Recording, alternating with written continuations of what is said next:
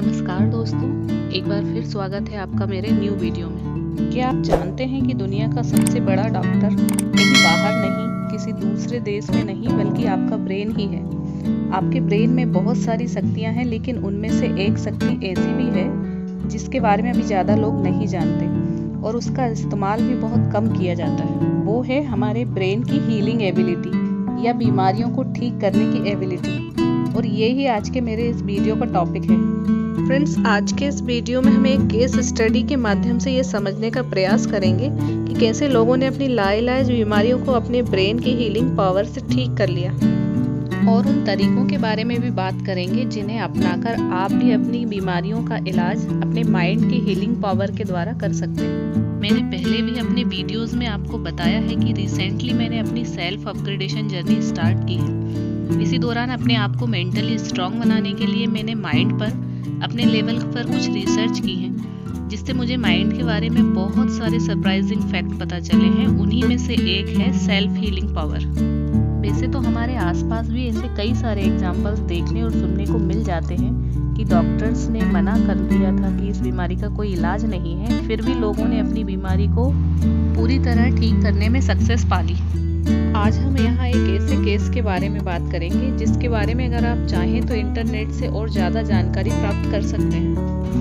Doctor Joy Dispenza, जो एक neuro scientist हैं, एक बार बाइक से जाते समय अचानक इनका एक्सीडेंट हो जाता है और इनकी गर्दन से लेकर कमर तक की हड्डी फ्रैक्चर हो जाती है। इसके कारण इनकी नसों पर दबाव पड़ा और डॉक्टरों ने इनसे कह दिया कि आप जीवन में अब कभी भी चल नहीं पाएंगे, आप एक ऑपरेशन करा लीजिए, हो सकता है आप व्हील चेयर पर बैठने लायक हो जाएं। लेकिन ऐसा क्या हुआ कि इन्होंने सर्जरी भी नहीं कराई, और जब डॉक्टर ने इनको एडवाइस दी तो इनके मन में एक बात आई कि जो एनर्जी या इंटेलिजेंस मेरी बॉडी में बैठी है, जो मेरी सांसों को चला रही है, मेरे नर्वस सिस्टम को चला रही है, मेरे डाइजेशन को ठीक से चला रही है, वो ही एनर्जी मुझे फिर से हील भी कर सकती है। जो एनर्जी मुझे एक बार बना सकती है वही मुझे फिर से ठीक कर सकती है।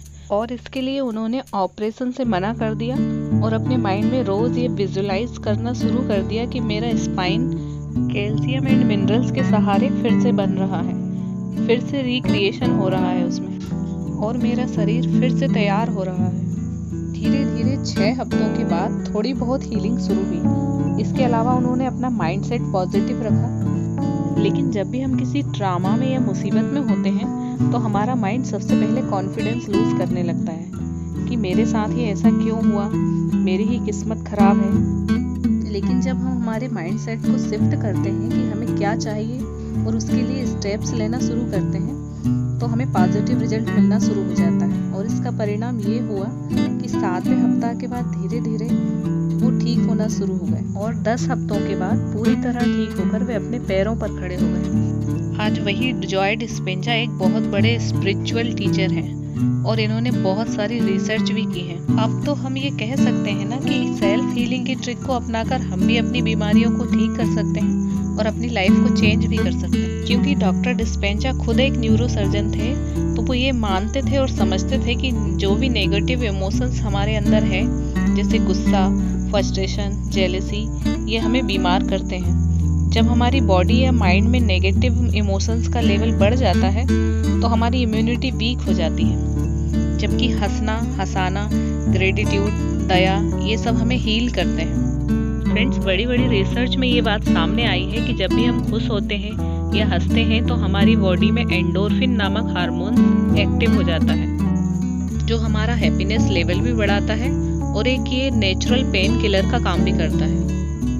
ये हमारा मूड ठीक करता है, हमें शक्ति देता है और हमारी हीलिंग कैपेसिटी को भी बढ़ाता है। तो अब आप भी ये समझ चुके होंगे कि हमारे इमोशंस का पॉजिटिव होना कितना ज़रूरी है। हम ग्रेटिट्यूड की प्रैक्टिस करें, फॉरगिवनेस की प्रैक्टिस करें और धीरे धीरे अपने माइंड को इतना स्ट्रांग बना लें कि ज़रूरत पड़ने पर वो हमारी सेल्फ हीलिंग कर सके। मैं उम्मीद करती हूँ कि ब्रेन के सेल्फ हीलिंग पावर को अब तो आप भी समझ गए होंगे।